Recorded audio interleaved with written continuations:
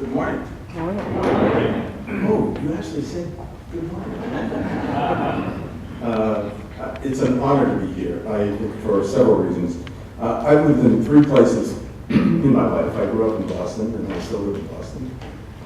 I lived for 2 years, from 1969 to 1971, in Durham, North Carolina. All right. And so, coming back to the Tar Heel State, I had a great time. I was working for the predecessor to the EPA, which in 1970, when EPA was created, they brought together 3,000 people from different federal agencies.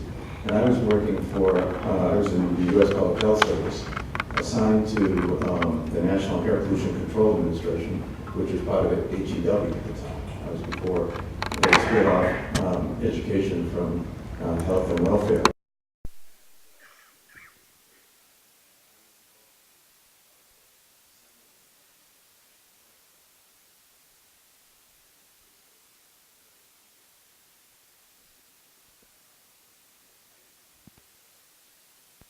Not only because of the connection to North Carolina, but because of what you are trying to do with this summit and what is going on with the North Carolina system and all the colleges and universities in North Carolina. Before I get started, let me ask you a question. How many of you were there last night to hear Amy? So I can't see very well from up here. Great, terrific, good. I'm going to talk about three things. One is that, first thing, if you hear nothing from my talk, there are three things that I want you to walk away with. First, that sustainability is not primarily about the environment. The concept of sustainability, if you look at the dictionary definition, it's continuing to do something, a positive attribute, over and over and over again. That's what it means. It emerged from the UN Commission on Environment and Development in the 1980s that traveled around the world, and our representative was Bill Ruckelshaus, the first EPA administrator, and one of the finest public servants I've ever had the opportunity to work for. And they went around the world looking at issues of poverty, public health concerns, environmental degradation, pollution, gap between rich and poor, and what they came back with was that typical conventional economic development was making all those problems worse. So they came up with the notion of sustainable development, meeting the needs of the present without compromising the ability of future generations to meet their needs. Notice there was no discussion about the environment in that definition. But they understood that you had to because the earth provides all the resources which make life possible. So the first thing I want you to think about is it's about sustaining a healthy, productive human society. And in order to do that, you need to have a harmonious relationship with the life support system, because without the environment, we don't exist. You can go for 3 minutes without breathing, 3 days without water, and about 3 weeks without food. All the resources which make life possible, which make businesses possible, come from the earth. The ability to assimilate all of our waste and recycle for our water to be pure and everything else all come from the earth. That's where our food comes from, everything. The second thing is that I want you to think about, and Amy was talking about this last night, business as usual will not work. Continuing to do the same thing, one definition of insanity is doing the same thing over and over again and expecting a different result. And business as usual and marginal improvements will not work. And the third is, from my perspective, the idea of creating a healthy, just, and sustainable society is the purpose of higher education. Would we deliberately create an unhealthy, inequitable, and unsustainable society? No, we wouldn't do it. We're doing it de facto because we haven't been thinking about what the consequences of our action are. So those are the three things that I hope you will take away. Higher education has been granted tax-free status, the ability to receive public and private funds, and you can see if I can figure out how to work this technology. I am an engineer, but you never know sometimes. There we go. All right. Higher education has been granted tax-free status, the ability to receive public and private funds, and academic freedom in exchange for educating students and producing knowledge that will result in a thriving civil society. We prepare most of the professionals who lead, develop, manage, teach, work in, and influence society's institutions, including the most basic foundation of K-12 education. Our campuses are microcosms of the rest of society, like many cities and communities that mirror society. Society looks to us to solve current problems, anticipate future challenges, develop innovative solutions, and model the action and behavior that society must take to evolve in a positive direction. This will work. Here we go. As I stand here today, humanity is at a crossroads without historical precedent. Because of the extraordinary and exponential growth of population and the expansive dynamic of industrial capitalism, humans have become a planetary force, comparable in disruptive power to the ice ages and the asteroid collisions that previously redirected Earth's history. Despite all the work society has done on environmental protection, all living systems are in long-term decline and are declining at an increasing rate. We are severely disrupting the stability of the climate and the Earth's ecosystems, which made human progress to date possible. We've just passed an ominous threshold in the state of the world's climate. The climate-forcing carbon dioxide levels in the atmosphere are now at 400 parts per million by volume, a figure 30% greater than any time in the last 800,000 years, according to the Ice Core data. This is happening with 25% of the world's population consuming 70 to 80% of the world's resources. There are also huge social, economic, and public health challenges worldwide. Almost 3 billion people make less than $2.50 a day. The same number are without sanitation. A billion people lack access to clean drinking water. So the challenge is, and we don't seek to understand this, our way of life depends on a stable climate. The cores of ice drilled from the ice sheets on Greenland and Antarctica tell us that we've lived in an extraordinary time within the Earth's volatile climate history. Through most of our species' 200,000-year existence, our ancestors had to cope with chaotic climate marked by extreme variability, a climate that could not support agriculture. The world as we know it, with agriculture, civilization, and dense human numbers, have only been possible because of a rare interlude of climate grace, a long summer of unusual climate stability over the past 11,700 years. Now we've become a risky agent of global change. In July of 2002, Bill McKibben wrote in the Rolling Stone the hard truth about climate down to 3 stark numbers. I'm missing something here. Here we are. Okay. 2 degrees Celsius, the amount according to international consensus that we can raise the global average temperature above pre-industrial levels and still maintain a so-called safe climate above which all bets are off. 565 gigatons, the amount of CO2 scientists agree we can still pump into the atmosphere and hope to remain below the 2-degree threshold. And here's a scary number.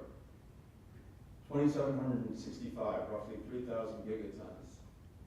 That's the amount of CO2 contained in the world's proven fossil fuel reserves, which the fossil fuel industry shows every intention of extracting and burning.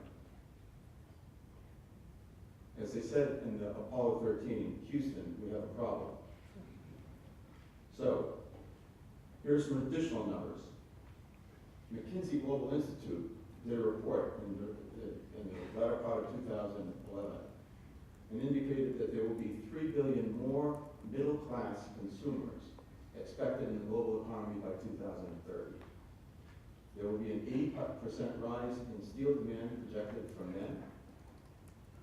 In the first part of this decade, the first 13 years, there's been a 150% increase in commodity prices. During the 20th century, the average price had gone down 70%. 44 million people have been driven into poverty by rising food prices. And it's now cost double to get a new barrel of oil online over the last decade. And here's the interesting thing. We subsidize, governments around the world subsidize the extraction of resources to the tune of $1.1 trillion, which does not appear in any of the calculations of prices in our products. Oops.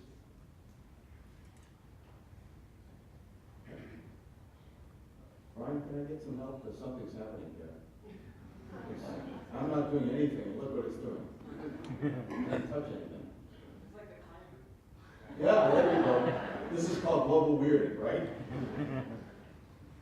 Okay. So here's the big question. You don't need the slides in this thing. How do we ensure that when we have 9 billion people on the planet, and we will have that by 2050, that everybody will have a decent quality of life?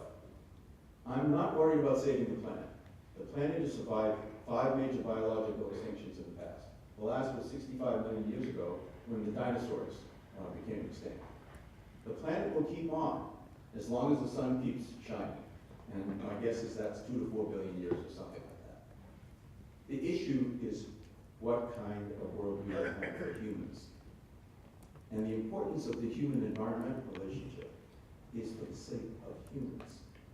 Now, I happen to personally believe that other species have the same rights as humans, but whether you believe that or not, the most important issue is how do we keep a harmonious relationship so that we as humans can thrive? And that's what sustainability is all about. So we're going to ask the question, see if this will work. Oh, and here's the opportunity. Amy was talking about this last night. Let's put some numbers to it. That we can save, this is according to the McKinsey report, we can save $2.9 trillion in the economy if we do the things that he was talking about by capturing the resource productivity potential.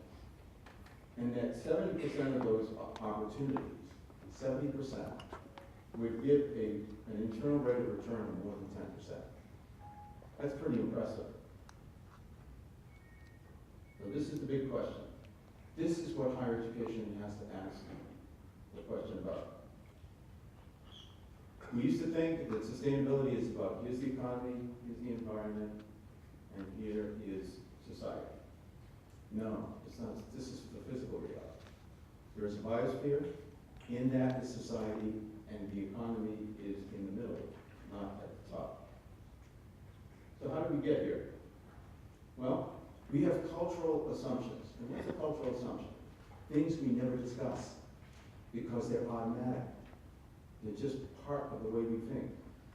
We think of humans as dominant and separate from nature. We see ourselves as a pinnacle of creation. We think that the earth will always be able to provide the resources no matter our material desires or the number of people on the earth. We think in a very linear fashion. And the final thing, particularly in Western society, we think that increased consumption is the primary definition of success. What we have is a systems design failure, a de facto systems design failure. We tend to think of economic, social, political, health, population, environmental, security issues as separate and competing when they're actually interdependent and systemic. And so what we need to do is begin thinking, as Amy was telling us last night, how do you integrate it all and look for solutions that are going to provide solutions for every aspect of life. Now, part of the problem is we in higher education are we're partly responsible for what's going on in the world today, because we are unwittingly actually enabling the unhealthy, unjust, and unsustainable path that we're on. Why? Because we think humans are separate from nature. We're teaching that in our economics, we're teaching it in business, we're teaching it in engineering. We're also teaching things in silos.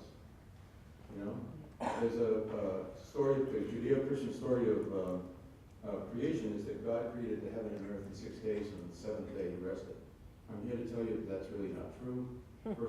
first he or she created the physics department, biology department, the economics department, and they act as if they'll all be there even when the Earth is gone. But, but the point of that is, the things that we talk about, and Tom Ross and Amy were talking about this last night, it's all about systemic thinking. It's all about integration. So, as Einstein once said, we can't solve today's problems at the level of thinking in which they were first created. Now, let me give you an example of what happens when we don't think in systemic ways. You've all seen this in emails, right? This is primarily about looking at this paper. Right? Now, this is the real environmental footprint of printing. It's everything from the extraction of the fossil fuels. It's involved in transportation, packaging. Energy is used in all these different processes. And then you need the logging for the pulp and everything else. So the net result, this is Amy was saying last night, we consume several times our body weight in resources per person per day. But the only thing that's visible to us is this, and the waste that goes beyond. The price does not reflect the total cost to the products that we have. In fact, it's been estimated that if you had the true cost of a gallon of gasoline, it would be somewhere around $8 a gallon. If you look at all the health and environmental and social impacts, and that if you include the cost of the military to keep the oil flowing from parts of the world that are inimical to our way of life, it's more like about $12 a gallon. So one of the most important things that we need to do is to make the invisible impacts visible. You know when Nike had the problem with the sweatshops around the world somebody made visible to Nike and the rest of the world that in fact they were actually buying products. Products were being made in ways that were harmful to the people and were terrible for the environment and terrible for the communities. If somebody didn't make it visible, we wouldn't have known about it. So making the invisible visible is exactly what I think we ought to be doing in higher education. As an example of that, a University of Florida engineering class was doing reverse engineering. You know what that is, where you take a product and you try to take it apart and figure out how it was made in the first place. And they discovered that a ton of used cell phones contain 30 times as much gold as the amount that you can get in any virgin ore any place in the world. And that's the direction that we're going. And that, by the way, is the opportunity. If you say, well, can we turn this around and do it differently?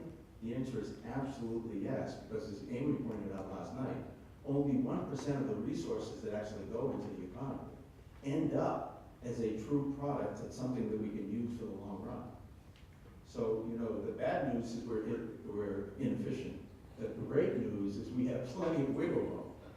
If we were super efficient, boy, I'll tell you, I would be standing up here very worried for us as a species. So, but it's not just about science and technology. I'm a scientist and an engineer, as you know, and I'm here to tell you that the route to creating a sustainable society is more about values. And it's more about thinking about these kinds of issues. How do we look at needs over wants? Because basically, what's advertising trying to do? It's always trying to tell you that you don't have enough.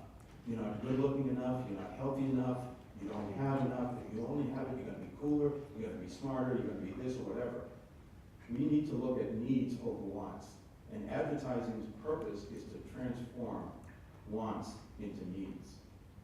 And you ever hear kids say, I need. And that's what it's about. It's about community, it's about learning for the caring of all life, the golden rule in creating a sustainable society. Now, to do this, come with me on a journey of hope and possibility. First thing we need to do is stop thinking about problem solving. I come from having worked on the environment for a lot of my life, and everything was about the negative things that were happening to the environment. It's problems we were trying to eliminate. And what do we learn, as Amy was telling us last night? Every time you make the boundaries of the problem too narrow, you create another problem in time or in space. Creating, on the other hand, is looking at what you want. What do we want for humans? How do we create an economy that allows everybody to have dignity and have a decent job? Start there, and then work backwards and say, what do we do? And the mindset is not about just let's let the market forces rip and let's let society just do whatever we want. Let's have a deliberate goal of creating a flourishing and sustainable human society. Now, what would that look like? Well, it's the concept of biomimicry. First, look at the way nature has operated for the 3.5 billion years before we were here. It didn't operate on fossil fuels. It operated on renewable energy. And what we know is that if we mimic the way nature operates, then we can sustain ourselves on this planet because it did for 3.5 billion years before we arrived. So the first is being as efficient as possible, and that's the subject of your conference here. The second is moving towards renewable energy. The next thing is circular production. In nature, there's no such thing as waste. All waste products are raw materials or nutrients for another species.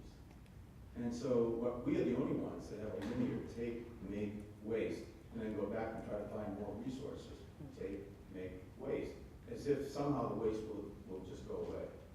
So we need to mimic the idea where there's no such thing as waste, and we're only returning products into the biosphere that can be easily assimilated. And lots of companies are doing this. And the third is living off nature's interest, not its capital.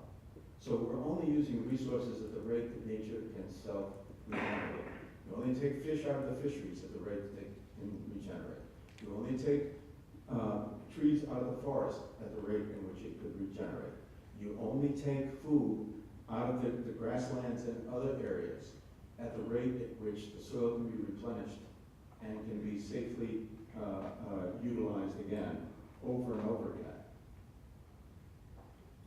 Now, those ideas are in the area of biomimicry. They're part of what Amy Lovins and others have created with the idea around natural capitalism, and the whole concept that Bill McDonough created around cradle to cradle. All of these frameworks have the same principles involved. So let's talk about what higher education would look like if, in fact, we were helping all of our students to understand how to do this. Well, the first would be the content of learning. In the content of learning, we would have integrated, systemic, interdisciplinary learning as a fundamental part for every major. Because that's the problem. The problem is not having what you call departments and disciplines. The problem is when they're not brought together. So we need as much lateral rigor across the disciplines as we have vertical rigor within the disciplines. I would never want to give up my disciplinary learning, but I want people to learn how to think about it from a systemic perspective and utilize it in many different ways. The context of learning should be that the human-environment relationship in ethics and values must be a part of the learning of all majors. How do we align the learning that we have in the different disciplines so that you can contribute your life personally and professionally to creating a healthy, just, and sustainable world? The process of learning needs to change from the sage on stage giving you the information, and then somehow you're going to absorb it all and you're going to go out and change the world. We know, the educational psychologists tell us, that we retain only 10 to 20% of what we hear or read. That's what you probably won't even remember that much from what I have to say. But we retain 80% of the things we do. Learning by doing and actually having people working together on solving problems is important. The institutional practice around sustainability goals is critical. Why? Because students learn from everything around them and everything they do on a day-to-day basis. And so we need to model the behavior that we want, and we need to include them.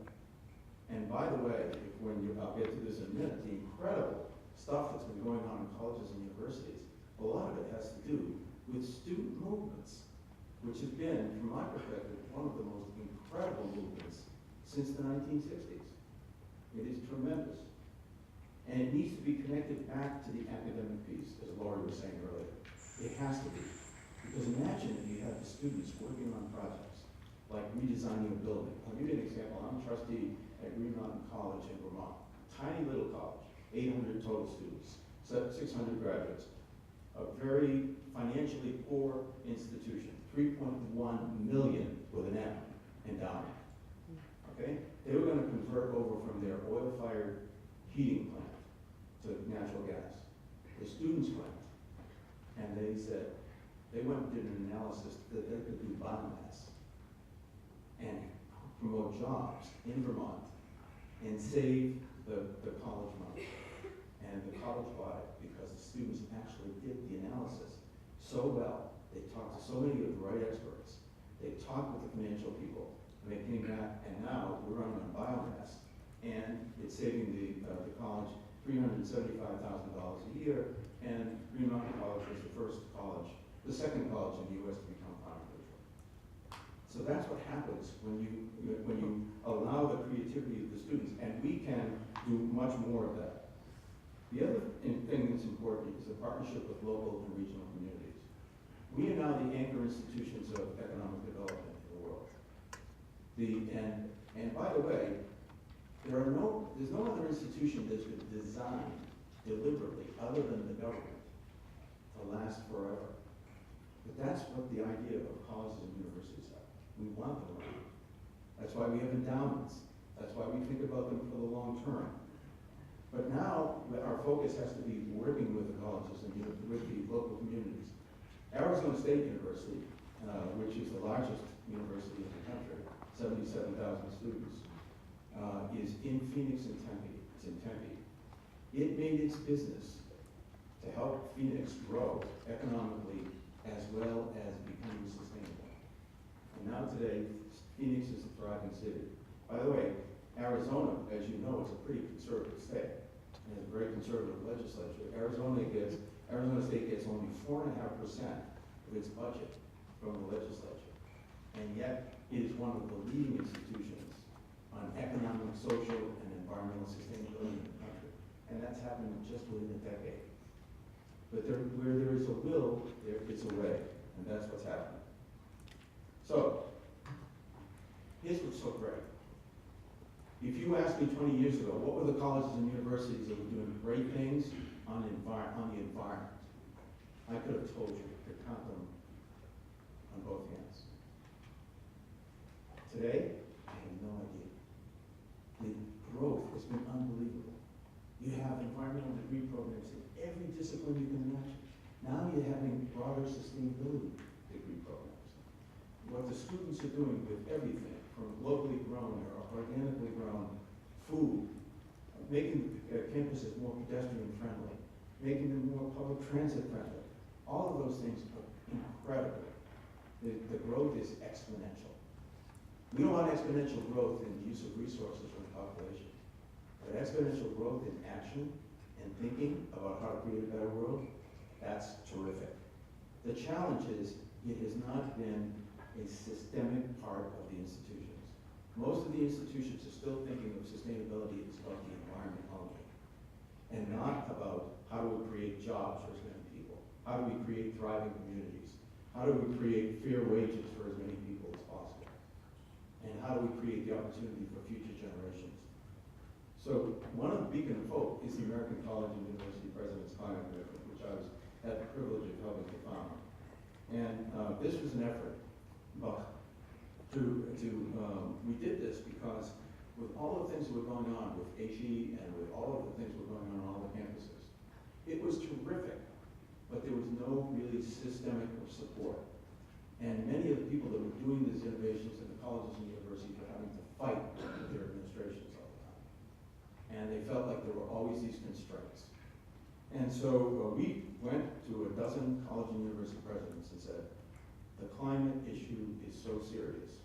We think higher education ought to lead, just like it led at the end of World War II, to make sure that we had the science and the technology, to make sure that we would never be second to any other country in the world.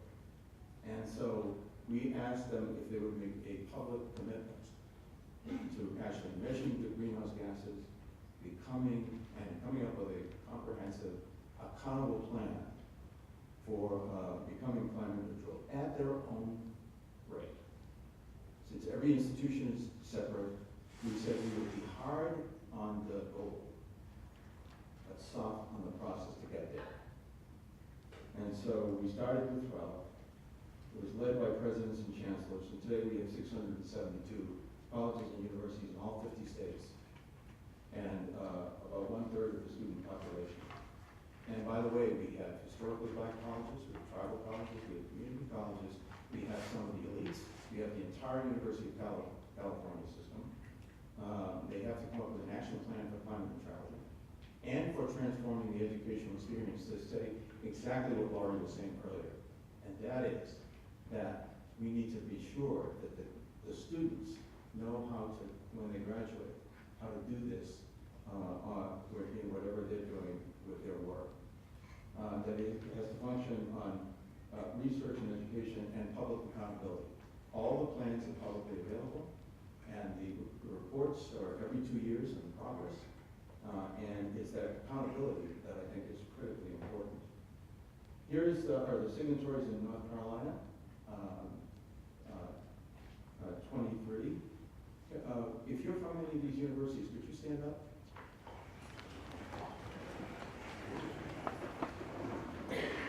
Can we give them a round of applause for what they've done?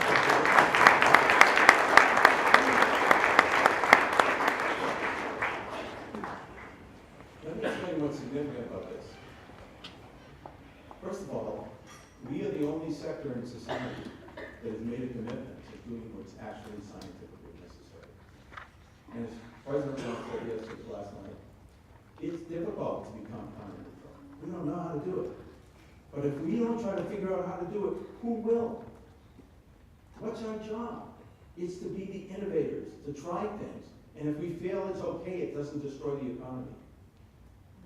So that's what this is. What's incredible to me. This is the first time since World War II that higher education has stepped up on a major social issue, and without funding from the federal government and prompting, except from the faculty and the students, to set in motion a set of plans that we're going to transform the way we operate and teach.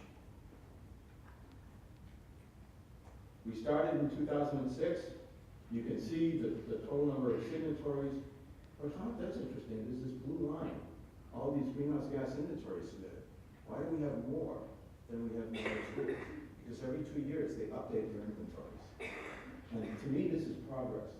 We have 494 schools that have submitted their climate action plans. These are some of the climate neutrality dates. Of course, these were all developed in 2007 and 2008, before we learned the latest science that this is far too far out in the future. We need to be down here in the 20s and 30s.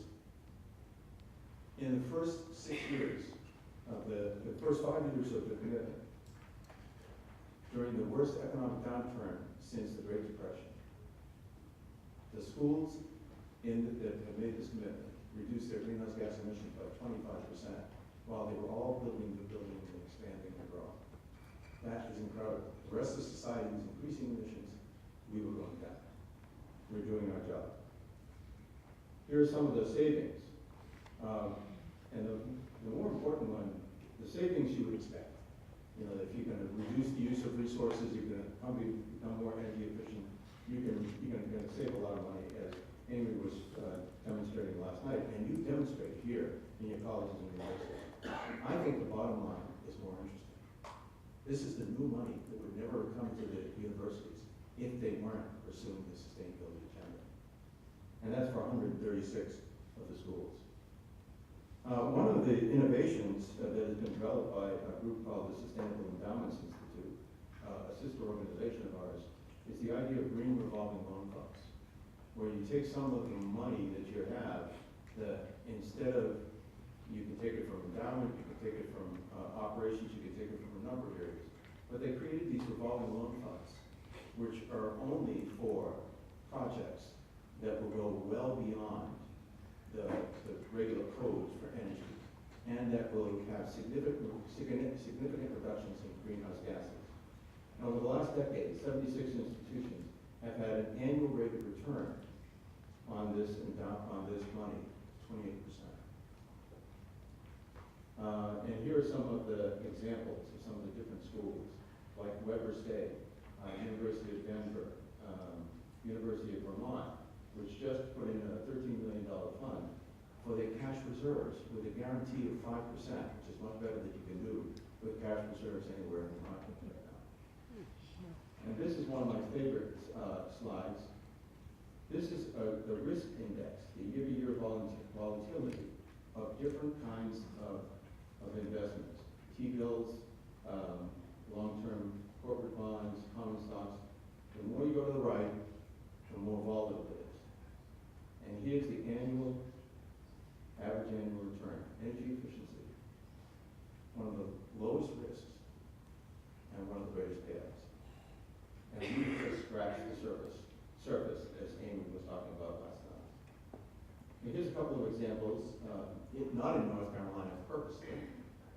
At Ball State University with 44,000 students, they had a coal plant for all their heating and cooling of their buildings, and they've now gone to a geothermal, and they expect to save $2 million a year at the old energy prices. The energy prices are going up, and they're going to reduce their greenhouse gas emissions by 85,000 tons.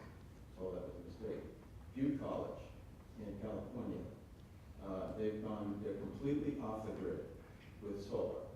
They're saving $4 million a year. First institution to become grid positive. Look at the savings that they're getting. And they're expecting a total of $50 to $75 million in savings, not including all the greenhouse gas reductions that they're doing. Okay. So, how do we institutionalize sustainability? First thing is we have to stop thinking about sustainability as something, as an add-on. But it needs to be about the core mission of the institution. And that's one of the things that the President's Climate Commitment said.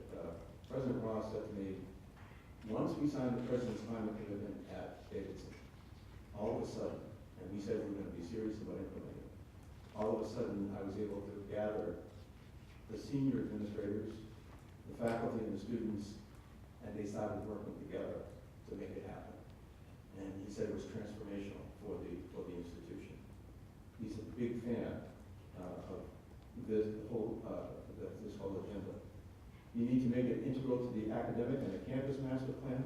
Most master plans are about the campus facilities, but it really needs to be about the integration of the academic and the campus master plan. You need sustainability policies and measurement. Why is it that we don't measure what our greenhouse gas emissions are? Because we never thought about measuring them before. So now we have to have metrics that talk about whether or not we're actually moving towards sustainability. We need rewards, incentives, and staff development. You can't expect faculty to teach something new if they don't understand it. So faculty development becomes really important, which is what I tried to do when I first started at Tufts in 1989, and now a couple of hundred colleges and universities are doing something similar, which I wish they all would. But the same is true for the staff. How can you, if you're a facilities person or if you're a purchasing person, if you don't understand what the implications are, the social, economic, environmental, and health implications are of the products that you're buying, or the art buildings that you're building, how are you going to change? How are you going to know who's trying to sell you something when a vendor comes in if you don't know enough about asking the right questions? So it also needs to be a development priority. You know, if you think about what alumni are doing, if you look at what people are doing out there, I mean, there are about 1,000 chemists in Dow and DuPont that are working on developing new chemicals that are not toxic, that will not be bioaccumulative, and that will not be persistent in the environment. They have never taken a sustainability course in their life. But the industry is saying to them, these are the criteria that we need to use. So you've got alumni working in all kinds of fields that you wouldn't connect back to your environmental studies book. And trying to figure out who they are and track to them is really important. And finally, communications and marketing. You know what they say about real estate? The three most important characteristics are location, location, location. I say the three most important characteristics about transforming the culture of the institution are communication, communication, communication.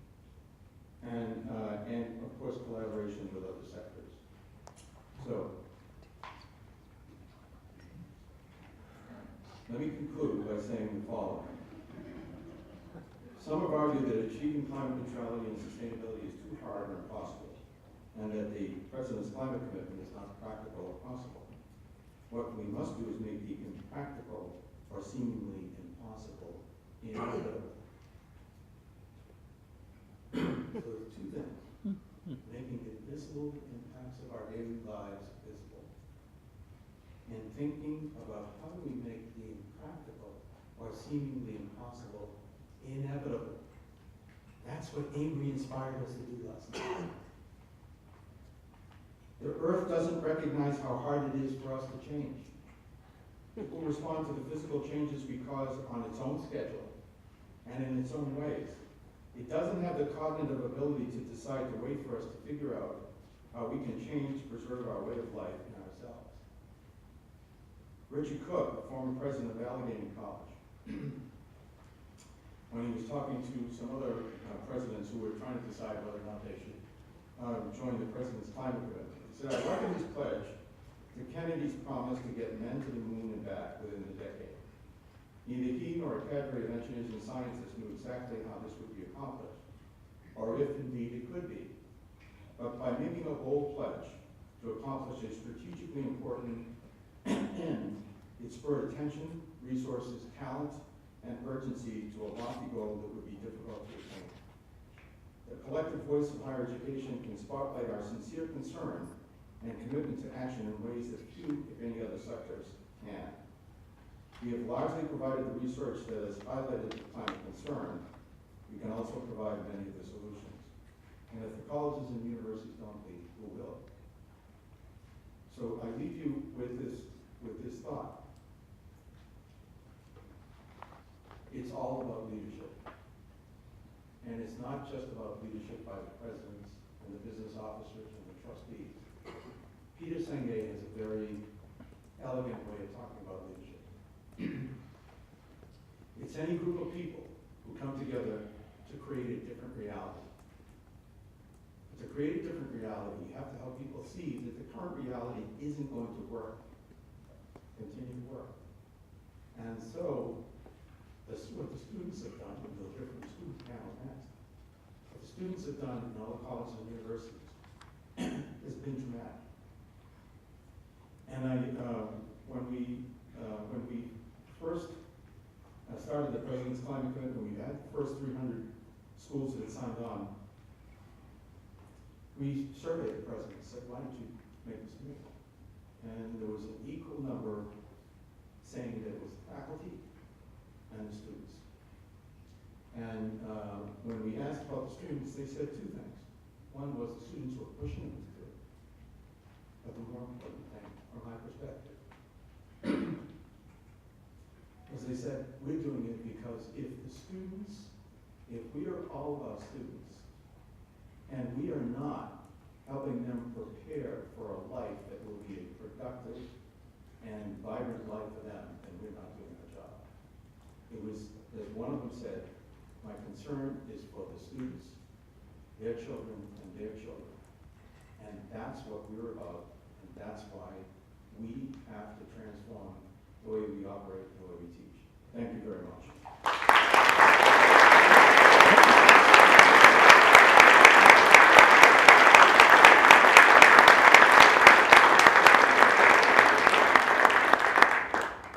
I'm happy to take a couple of questions or comments.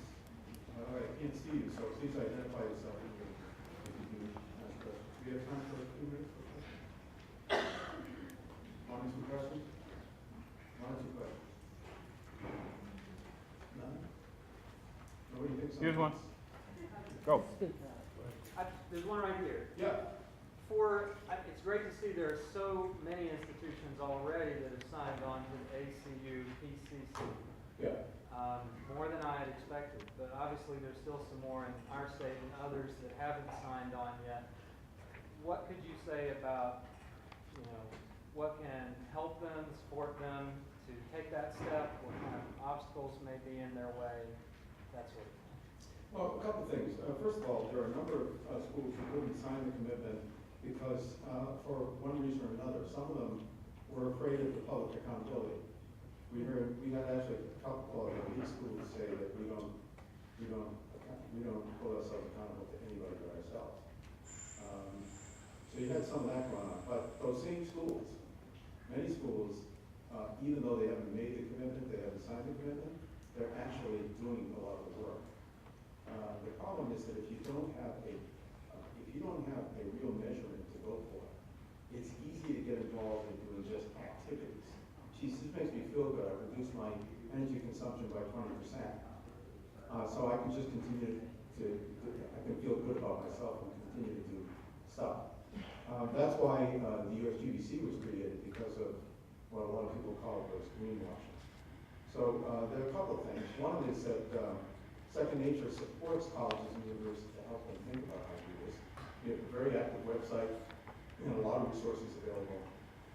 You can look at all what the other schools have done. We can connect you with people that have done things at other universities. But the second thing is what you're doing here.